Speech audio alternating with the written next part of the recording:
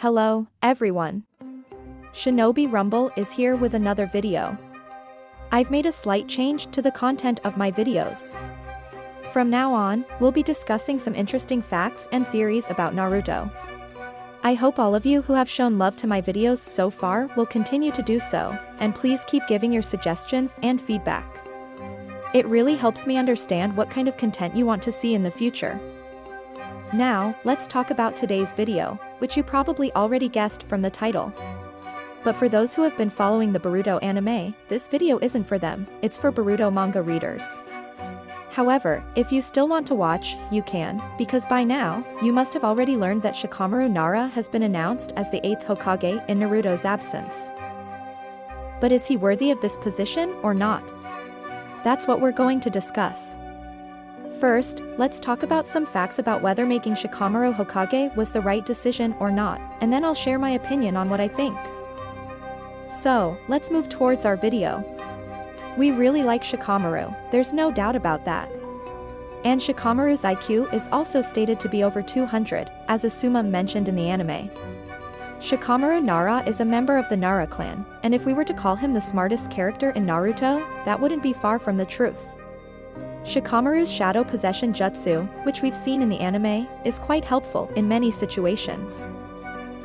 Shikamaru's ability to formulate defensive strategies is what led him to become a Chunin first.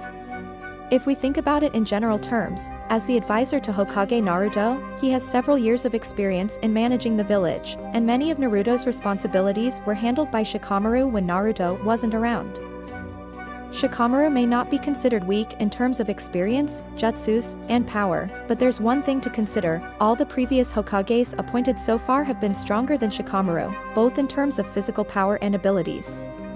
While Shikamaru is undoubtedly intellectually strong, his mindset in Boruto seems to be completely opposite to Naruto's, as seen in his differing opinions about Kawaki, for example.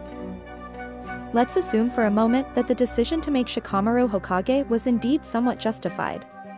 However, when it comes to power, Shikamaru is far from the level of the Otsutsuki, which is what Konoha currently needs to deal with.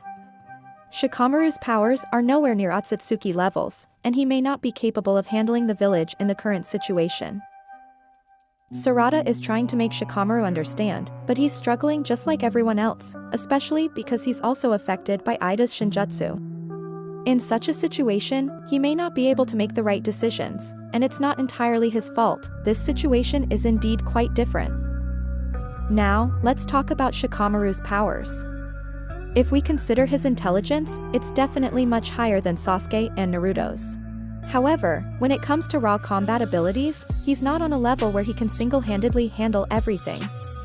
Shikamaru could be a good assistant, but he's not that great in a fight.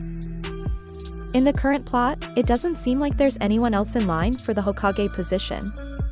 Boruto is considered a traitor, and Sasuke, along with Sarada, is associated with him.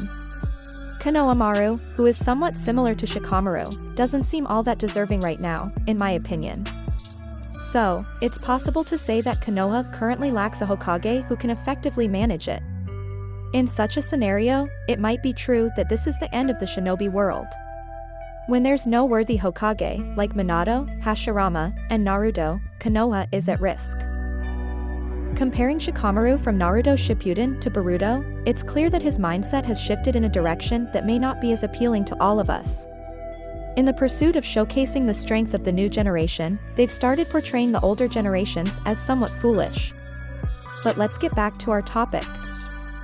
Naruto and Sasuke indeed faced a significant setback with the death of Kurama and the loss of Sasuke's Rinnegan, but they still remain quite formidable. However, Shikamaru doesn't come close to their level of power.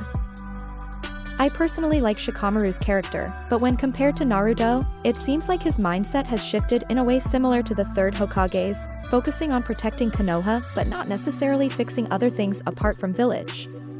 Konoha is built on the trust that Naruto had for its people, and Shikamaru, in a way, becomes a hindrance character in the lives of Boruto and Kawaki, presenting a challenge for Boruto, as is often seen in the lives of heroes. Such characters aren't necessarily bad, but their perspective doesn't always align with the typical hero's journey.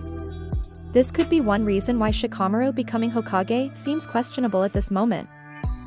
If we analyze the latest chapters of the Boruto manga, it's clear that the threats Konoha is facing are on a level that Shikamaru may not be able to handle. At times, Shikamaru's decision-making appears somewhat cold, which is something we haven't seen from previous Hokage like Naruto, Kakashi, and Tsunade. After reversal of Ida's omnipotent, it's almost certain that Shikamaru will consider himself the biggest fool because he's caught up in Kawaki's scheme and is doing things he would never do otherwise. In such a situation, if Sasuke were the Hokage of the village, things might have been more suitable for our dear Boruto. Eventually, Mama Shiki's words will likely come true because the Hokage has become someone who has no idea what's really going on. Decision-making doesn't seem to be working anymore, especially for Shikamaru, which was a unique aspect of him and his clan. Now, let's talk about another aspect that we've observed in the Naruto anime, the sensei of the previous Hokage. In most cases, they either became Hokage themselves or were trained by a Hokage, playing a crucial role in Naruto's journey. However, if we look at Shikamaru's sensei, they don't seem to match up with the powers and significance of legendary characters like Jiraiya, Sarutobi, the 4th Hokage, and the 2nd Hokage. This seems like a missing piece in Shikamaru's journey. Shikamaru can be a great advisor and assist others well, as he did with Choji and when leading a team. But the idea of a Hokage was always associated with the most powerful shinobi, and Shikamaru isn't the most powerful. As Itachi also mentioned, becoming Hokage doesn't mean people will acknowledge you. But when people acknowledge you, you become Hokage. Never forget your friends. I don't think Shikamaru is a suitable choice, and the position of Hokage in the Boruto anime seems to be more of a symbolic title. When the previous Hokage used to come, there was something special about them, but now that special element seems to be missing. It's because Sarada's voice isn't being heard, and if Naruto were here, he would at least listen to what she's saying. Sarada is a trustworthy shinobi and also the heir of the Uchiha clan, so she must be seeing something when she claims that Kawaki is a traitor and Boruto is the son of the Hokage. Shikamaru just responded by saying that she might be right, but people won't trust her words, without any taking rightful steps to know the truth behind Sarada's words. Shikamaru has been somewhat cold towards Kawaki from the beginning, and he never liked the idea of Naruto trusting Kawaki. Now that he sees Boruto in a position related to Kawaki and even suspects him of being the Hokage's killer, Shikamaru's anger is somewhat justified. However, this situation is dire, and there doesn't seem to be a clear solution. Shikamaru appears to be portrayed as just another fool in the village, and there doesn't seem to be a specific aspect of his character that shines through. It seems that Shikamaru has been made Hokage merely to fill the position because no one else seems to fit the role at the moment, as I mentioned before. In the current scenario, Shikamaru is just a namesake Hokage, much like the 3rd Hokage. Now, whatever happens, it seems that Boruto and Kawaki will be the ones to take action.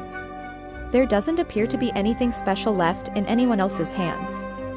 Kawaki will save Naruto, and Boruto will save the shinobi world. There doesn't seem to be a particular reason for any character's existence. But we still wait to see what unfolds in the future. For today, my opinion remains that Shikamaru is not a worthy Hokage, but considering the current situation, no one else seems deserving either. So, whether it's good or bad, no one else could have become Hokage, which is why Shikamaru had to take on the role. So, this brings us to the end of today's video.